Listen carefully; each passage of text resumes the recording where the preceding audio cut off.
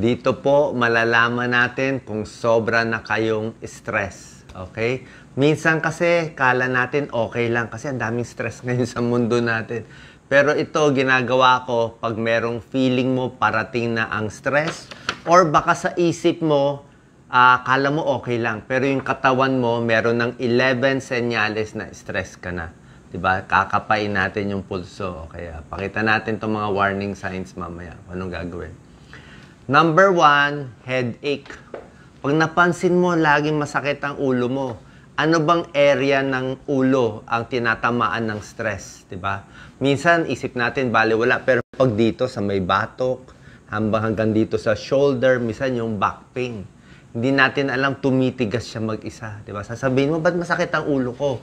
Stress pala yun. Ayon sa pag-aaral, 267 people may headache. 45% sa kanila dahil sa stress. So, karamihan dahil sa stress. Pangalawa, ito ginagawa ko. Fast heartbeat. Ayan, no. Minsan, merong isang sitwasyon, kinakabahan ka, di ba? Hindi mo alam kung kaya pa ng katawan mo yung stress. Meron kang kausap, kaaway mo, o meron kang ka-business deal. Ikapa mo agad yung pulso mo. Okay?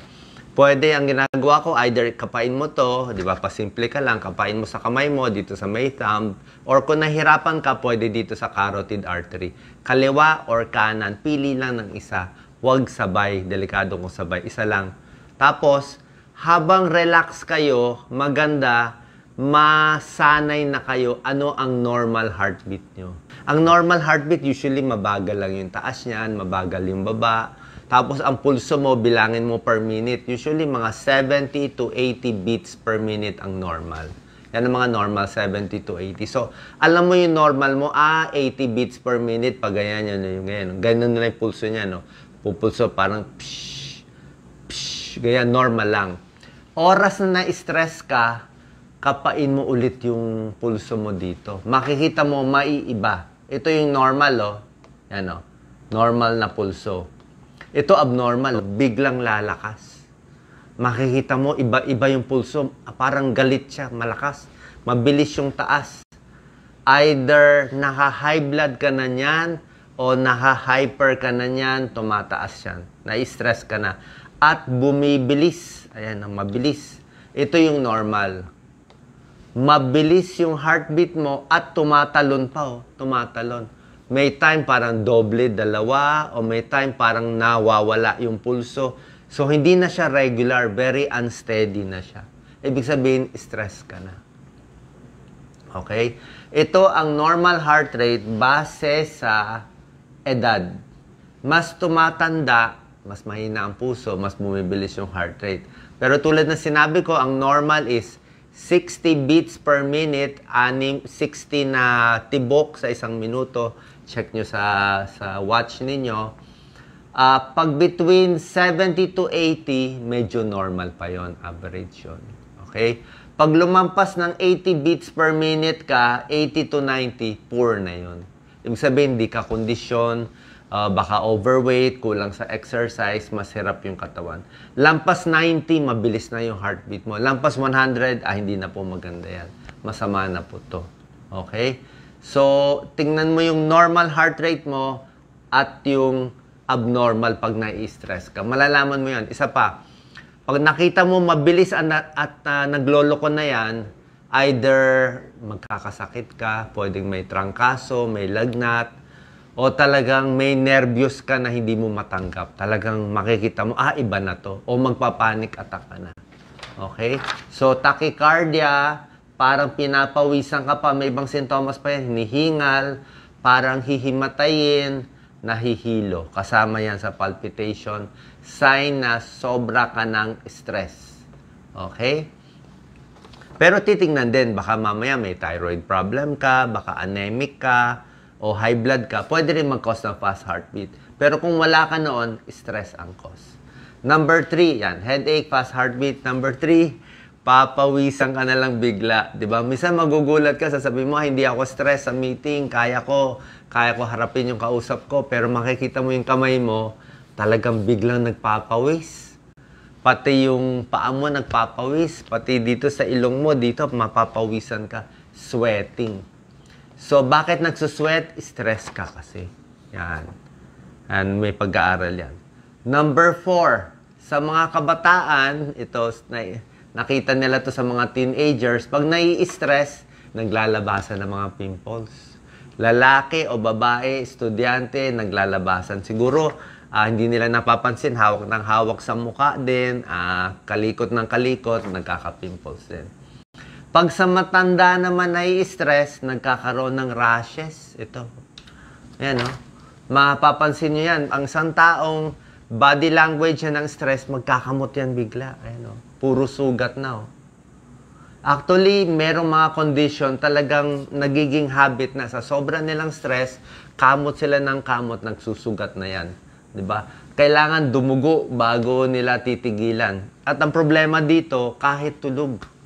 Kahit tulog yung tao sa sobrang stress, diba? Pinapasuot na nga namin ng gloves eh. Kamot pa rin ng kamot. Kaya paggising mo, ang daming kamot sa leeg, sa dibdib, sa likod. Magtataka ka, ba't ang daming sugat ko dito? Ay, ikaw pala yun. Okay? Meron kang subconscious stress. Kailangan matanggal mo yun. Stress po yan. Okay? Tulad na sinabi ko, merong mga headache.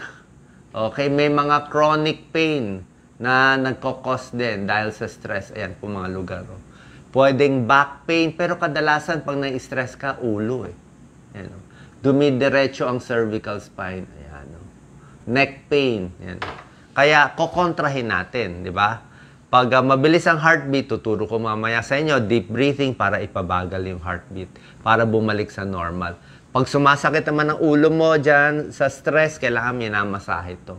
O pwedeng self-massage, itong mga points, so minamassage yan. Para makontra natin yung physical signs of stress. Number 6, laging nagkakasakit. Okay? Mabilis tamaan ng sakit, mahina ang immune system. Ito nga, may pag-aaral eh. Out of 230 people, yung high stress group, 70% mas nagkakasakit. Number 7, walang energy. Okay? Walang gana, parang wala ring, pati tulog niya, hindi rin makatulog. Okay? Sign of stress na pala yan. Diba? Sasabihin mo na, wala naman ako iniisip eh, pero usually may iniisip sila. Ito, number 8, sign of stress kay mister o sa partner mo. Pag wala ng gana sa sex. Okay? So, hindi na, siguro marami siyang iniisip eh, nagugulo na yung isip niya, hindi na siya na-excited sa sex. Mas hindi na excited. Number 9, masakit ang tiyan, 'di ba? Tinatawag natin butterflies in your stomach, 'di ba? Sa mga bata, very common 'yan. Pag na-stress, magtatae, 'di ba? Sasabihin sa teacher, "May I go out?" Magtatae, sasakit ang tiyan. Sa matatanda, ganyan din, laging makulo, 'di ba? Meron tayong tinatawag na stress diarrhea. Minsan magtataka ka, bakit ako nagtae ngayon? Ano ba nangyari? Di ba? Bakit? Ano nangyari? Yung pala may nangyari sa buhay mo. May nakausap kang boss, meron kang kinakatakutan, meron kang speech, may gagawin, biglang magtatae ka. Okay? Kasi alam ng tiyan natin na nai-stress ka.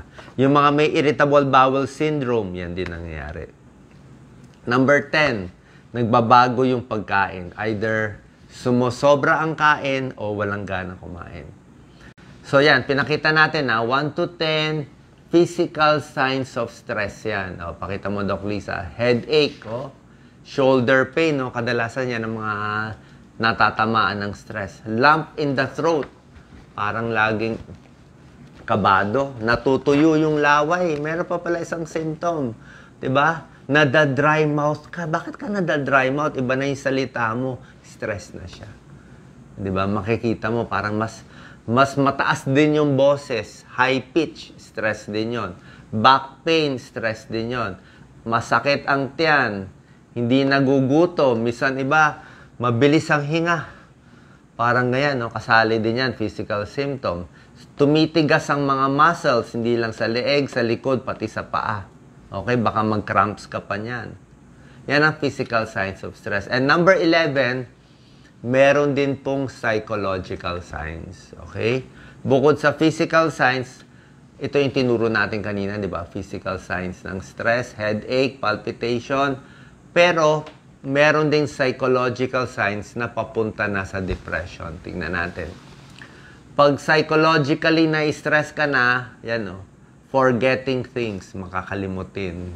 Okay? Disorganized. Procrastinate, hindi na makatapos ng trabaho. Hindi makafocus, lagi nag-aalala.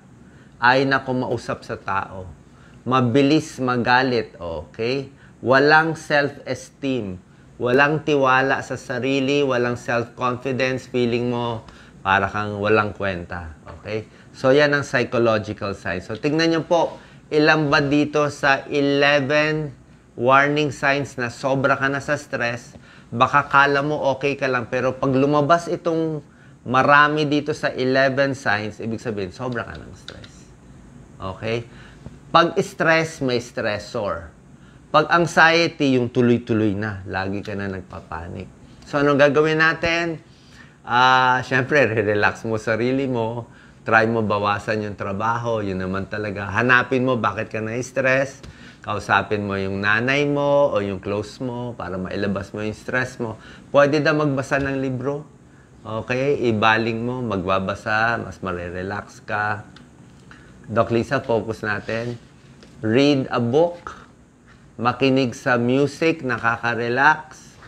Pwede mag-painting, mag-drawing, mag-diary.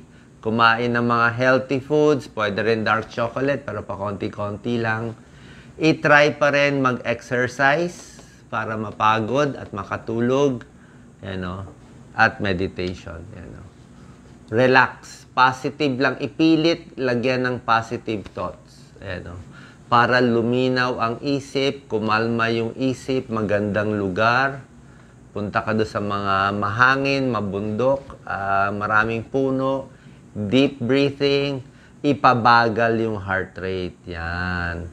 Para mabawas yung cortisol sa katawan. Yan ang gusto natin. Ibabagal natin yung heart rate. Kokontrahin natin yung physical signs. Parang yan, no? Deep breathing exercise. So, pag ginawa nyo to lahat, pinakalma mo sarili mo, deep breathing, relax, healthy foods, tulog, bawas stress, di ba? Pwede rin naman uminom ng gamot. May mga gamot. Pwede ka uminom ng mga beta blockers, metoprolol, pinapabagal na yung heart rate para binabawasan niya. Meron din mga para sa nervyos na gamot. Pa-check tayo sa inyong doktor, siya magbibigay sa inyo. Pero kung sa vitamins, siguro yung mga vitamin B complex, wala namang masama. Parang stress tablet siya. Tapos healthy lang yung pagkain mo, exercise lang. At pag napansin nyo, pag naayos nyo na po to, mas babagal na yung heart rate, mas hindi ka na mapapawisan. Dapat ma-refocus natin yung utak natin na mas kaya natin labanan at i-handle itong mga stress sa ibang araw. Sana po nakatulong to. Kailangan natin to kasi magugulat kayo, marami sa atin meron itong 11 warning signs. Hindi lang natin alam. So, ingat po palagi. God bless.